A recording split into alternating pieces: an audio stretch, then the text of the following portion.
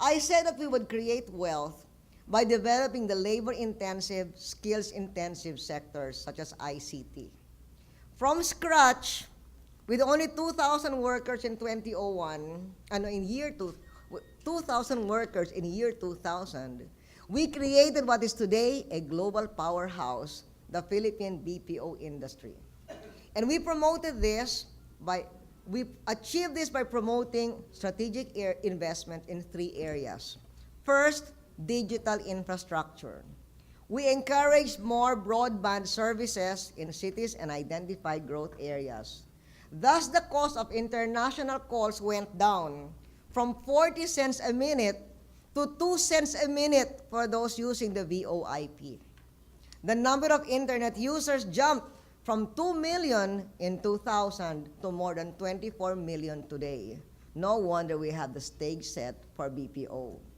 And so that no Taiwan tremor or tsunami can cut off our cyber services from their clients for even 1 minute, we encourage PLDT and Globe to invest billions in having more than 1 international telecommunications gateway. For instance, Ayala, who is partnered with the province in this IT park, has built an international gateway from Ballesteros, Cagayan, going all the way up to Manila and then to the rest of the Philippines, so that if there's a tremor somewhere else and the other gateway collapses, that is still there. And that is one very important reason why investors come to the Philippines. They know there will be not a single minute of service interruption, even if there is a calamity somewhere in the region. Second area of investment was an appropriate policy and legal environment. We created the Commission on ICT, appointed Ray Chua, with a guidance that the ICT sector should be guided by the market with minimal government interference. For example, if the market calls for call centers, we should not force them to specialize in doing something else like programming or software development. Let the market determine that. So instead of regulating, we gave incentives to developers of IT parks like this, assisted investors in identifying promising provincial sites, hence our cyber corridor, and built more transport facilities to those sites. This philosophy drove the fast growth of call centers. Now the market is leading to the growth of higher value segments of the offshoring and outsourcing industries like accounting, legal, medical, personnel, and administrative services, and also the very high-end IT services themselves. I saw in your chart that IT has been here since a long, long time ago, but now it is expanding again in an explosive magnitude. And the other day, we inaugurated an IT center in Global City in Taguig.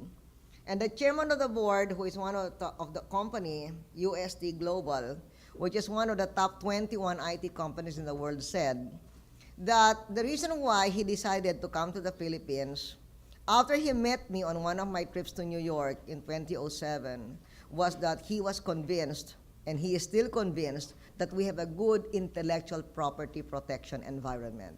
So an enabling environment rather than an environment that dictates to the investors what sector they should specialize in. Third area of major strategic investment, the development of human capital. To increase the country's share in the global market for offshoring and outsourcing services, the government intensified the implementation of programs that will train the workforce to enable them to find jobs in the BPO, and also to educate the young on the use of computers and interest for the next generation of IT and BPO workers. That's why more than 4,000 public schools now are connected to the internet, including 117 schools in Metro Cebu. And that was the job that my daughter used to have when she came here to Cebu in 2005. She was the executive director of an NGO called FitEd, Foundation for IT Education, because we were putting internet and computers in the schools. That teachers had to be taught how to use that, and that was part of my daughter's work. until she moved over to the environment field. She is now with the Worldwide Fund for Nature. In technical education and skills training, we've invested 3 times as much as the combined budgets of 3 previous administrations. A very large portion of this goes to scholarships for the BPO industry, including more than 8,000 scholarships here in Region 7. So thanks to these strategic investments, billions have been poured into the country by investors, creating 500,000 new jobs in BPO alone.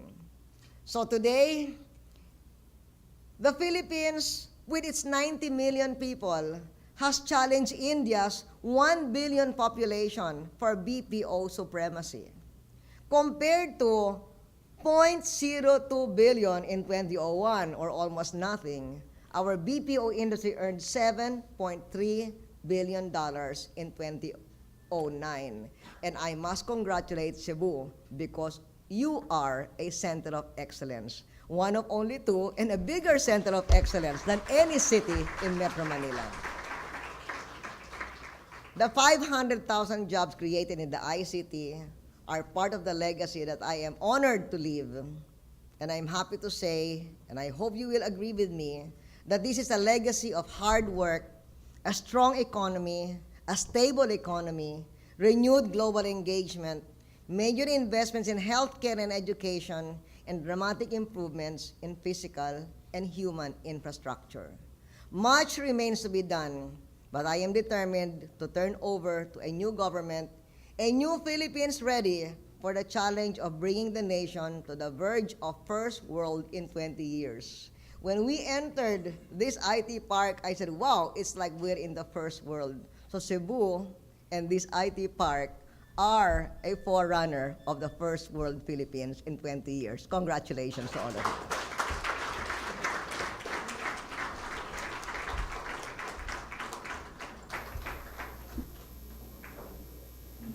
Thank you very much, Madam President. May we now invite everyone to snacks.